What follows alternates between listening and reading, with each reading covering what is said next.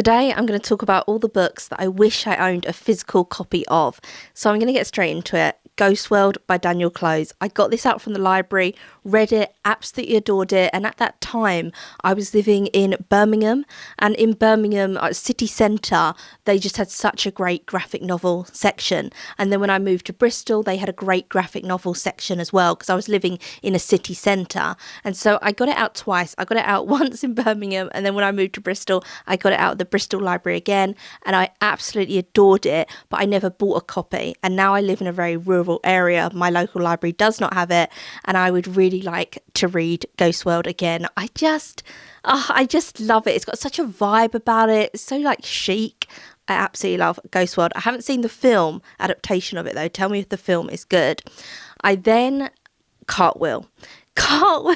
This video is just me saying, like, I'm a hoarder. I wish I owned all the books in the world, and I regret unhauling all these books. But Cartwheel, I actually did own a physical copy of. It was a book that I had just found nothing out about. I saw it in a charity shop and I decided to pick it up. And it's basically about Amanda Knox, but it's not about Amanda Knox. So Amanda Knox is a real person in real life who was accused of killing. She was living in Italy. She's American, and she was living with a foreign student called Meredith, who was English. They were both foreign students living in Italy, supposed to be going to university, and Meredith ended up being murdered. And Amanda got put in prison for her murder, and then years later she was found not guilty or exonerated, and now she talks about, you know, a miscarriage of justice. But some people still believe, a bit like the Casey Anthony case, still believe that Amanda Knox did it and she got away with it, but someone else did go to prison for the murder. So it's a very like confusing story, but if you know the story of what happened, then you'll know that Amanda Knox in real life, when she was put in for police questioning and she was put in the police cell, she did a cartwheel in the police cell. She'd just been told, you're going to be charged with murder, and she did a cartwheel in the cell. And that's why the book is called Cartwheel. But the book itself doesn't say it's about the Amanda Knox case, but it basically is. They'd be sued by her if they said it was about her, because they're showing it in like a villainous light and obviously not believing that she is innocent and everything like that. And it's just such an interesting take on such a terrible tragedy. It was a big story over here in England because the girl that was murdered, Meredith, was English. And then it was a big story in America because in America, Amanda Knox was this American girl. So it's just about that as well, about how the media kind of picked it up, and then it's told very like humanly, if that makes sense. So it's not a sensational book. It's told the human side of, this is what she did. This is why suspicion was put on her. They weren't just picking on her for no reason because they just went, oh, let's just try and find someone and fit them up for the crime. That's not what happened. Here are all the odd things that she did portrayed in the book, and then you can make up your mind if you think she did them or not. But we're not going to say it's based on a story, but it is based on a story.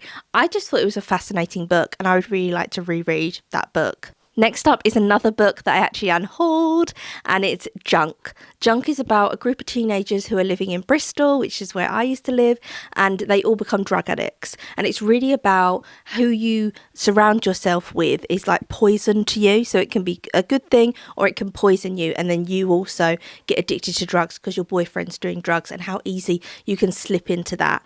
And because I used to live in Bristol, they have names of the roads in the book. So if you know Bristol at all, it feels like a really local book to you. It's very bizarre. I've never read a book before where I can really picture all the places within it. Obviously you have more abstract, like it would say, oh, I walked past Big Ben, I walked past the Houses of Parliament, those kind of historical landmarks that we all know. But to have something that was set exactly where I lived, I just found that really fascinating, and I really liked the book. I thought it was a really interesting, sad but very interesting book in how you can kind of slip into addiction and how these teenagers do it. I unhauled it because I thought I'm never going to reread it. It's quite a big book, and it's the same with Cartwheel. This is just the hoarder in me.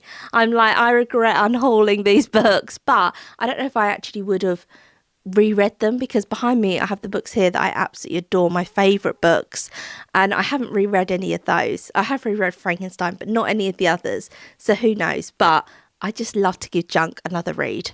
This one is actually quite shocking. I was shocked that I unhauled it, and it's The Vegetarian by Han Can. Loved that book. And this year I read Greek Lessons by Han Can. Loved it. Absolutely adored it. And so I thought, oh, I'm going to reread The Vegetarian because I loved that when I read it. I don't have it. I don't know where it's gone. I've unpacked my stuff and I must have unhauled it, but I have no idea why. It's a sad book, so maybe I thought because it's so sad I probably won't want to read it again, or I don't know. I'm going to have to buy another copy of The Vegetarian because having read Han Can this year, I just love it. So The Vegetarian is about a woman who decides to become vegetarian, but it's really not about that. It's about her family's control within her life.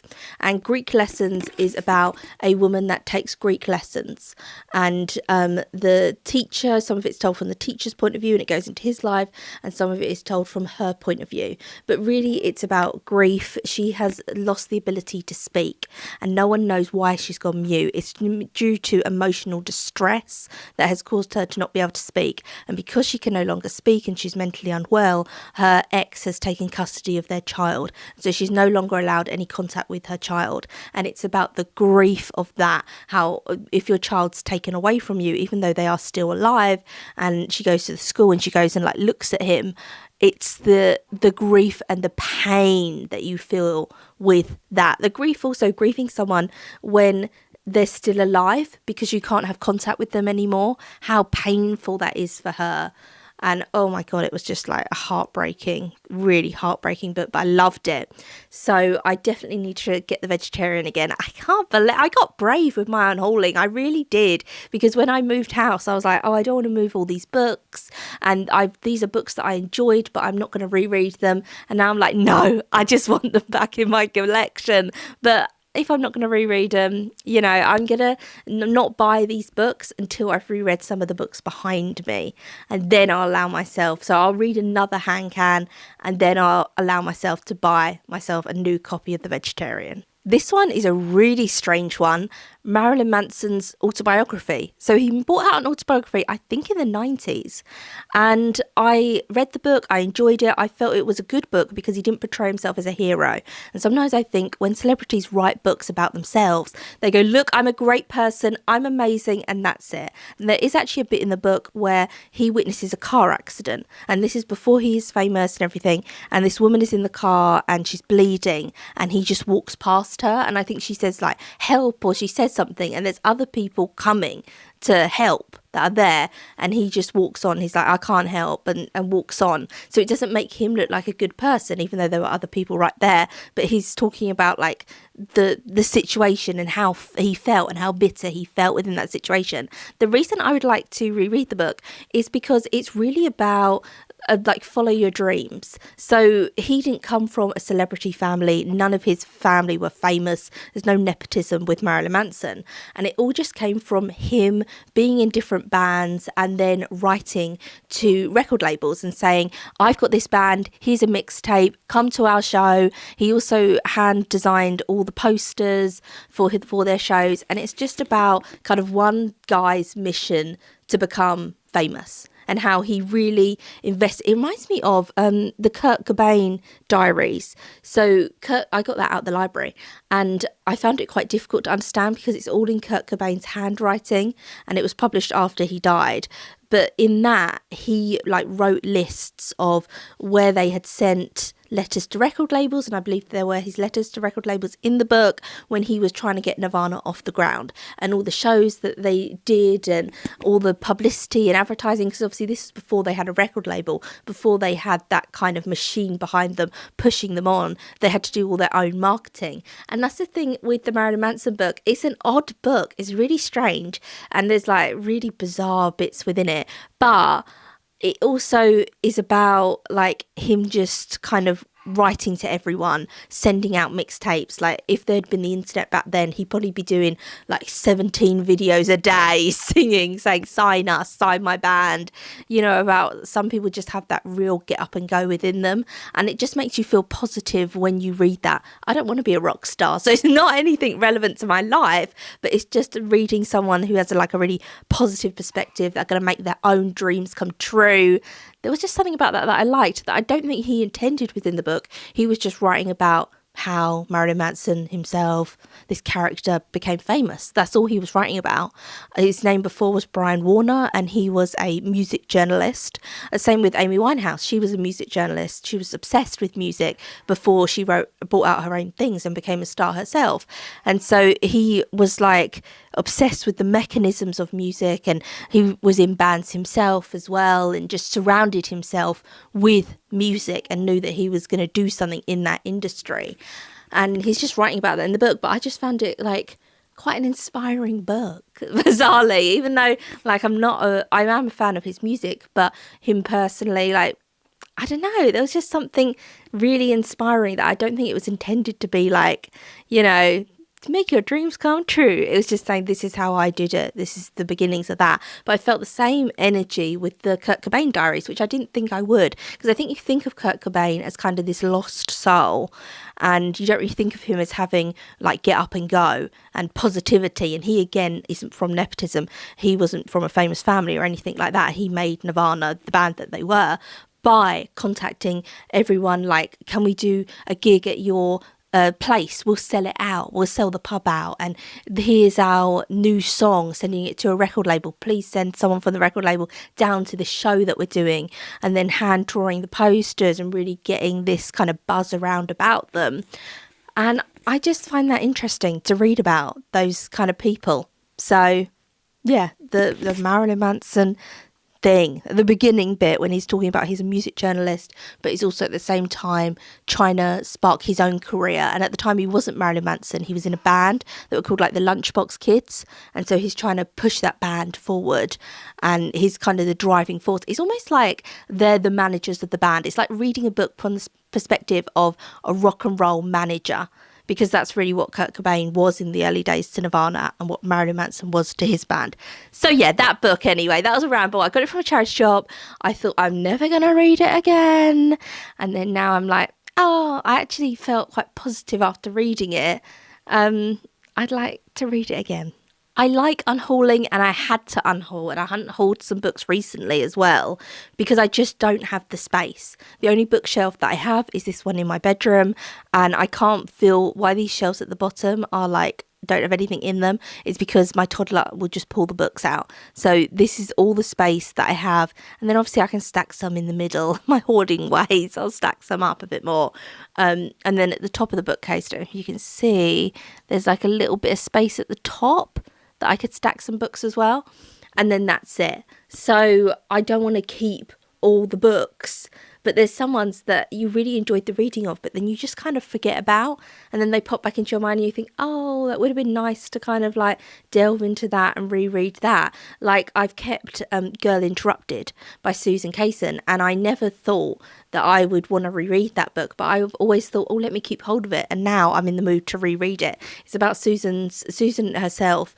was in psychiatric hospitals, and it's about this girl who's in a psychiatric hospital, but it's really about all the different women in the psychiatric hospital as well. It's not just about her, and it goes into like how she ended up there as well, and it's a really, really fantastic book. So I just thought of another one that I wish I kept, The Bell Jar. I just remembered it as I was talking about Girl Interrupted, because I read it around the same time. The Bell Jar by Sylvia Plath is Sylvia Plath talking about, she won this competition to go to New York, and she should have been having the time of her life. She was young, she was in New York, she's with all these other girls, but she's wandering around New York being really depressed, and the book is really about depression. So what was her, what, who am I even talking about now? Sylvia Plath in real life tragically committed suicide, and so she always suffered with depression. So The Bell Jar is just about her when she's young, and she's supposed to be having the time of her life. On paper it's supposed to be an amazing opportunity, but because of her depression she's got this dark cloud on her and she can't really enjoy anything. And at the time I didn't enjoy The Bell Jar. I didn't really get it or what it was about, but now that I'm older, I read it 10 years ago. So 10 years now, I think, oh, I'd quite like to reread and then think, do I like it or not? Have I changed my opinions on it? I just charity shopped it because I didn't enjoy the first read of it. But I would actually now like to reread it. Not that I'm suffered with depression or anything like that myself, but just now that I'm older, would I appreciate it a bit more. And so I would like to reread that. But then I think instead of maybe rereading that book that I didn't enjoy the first time round, maybe choose a new Sylvia Plath. So comment down below, please. I don't know any of her books. Comment me a book that you've read from her that you say, like, this is a good book, Hannah, read that one. The next one is a Faye Weldon. It's called The Fat Woman's Joke, something like that. And I got it from Birmingham Library. And I absolutely loved it. It's about this woman. She's middle-aged. Everyone's a bit worried about her. She's gone from being married to then now living in a basement flat and eating what she wants and becoming fatter and fatter. And she's thinking about what she wants to do with her life, and her husband went on a diet, and that's what caused them to have the breakdown within their marriage.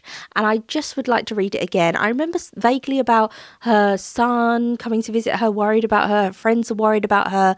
They're saying, why don't you get back with your husband, like at your age, to kind of want to start again with someone else or be by yourself? Is that really what you want? And she's like, yeah, actually it is. I've done everything everyone else wanted me to do throughout my life, and now actually I want to eat what I want to do what I want, and I couldn't do that with him.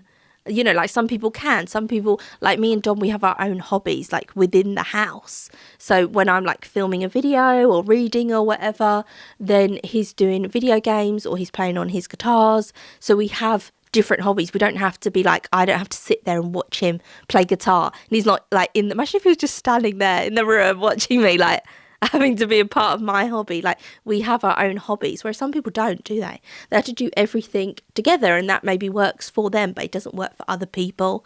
And so she's just like, I just want my own space. I just found it fascinating. It's a really short book as well, and I just found it really fascinating. I picked it up on a complete whim and loved it. So I would like to rebuy that book and read it. I'm going to say goodbye to you for today. I'm doing almost daily videos, and in October I'm going to be trying to do daily videos. So I film them and then put them up the same day, apart from my vlogs take a little bit longer to edit. So tell me what videos you'd like to see from me. Please give me video ideas, and I will see you again soon for another video.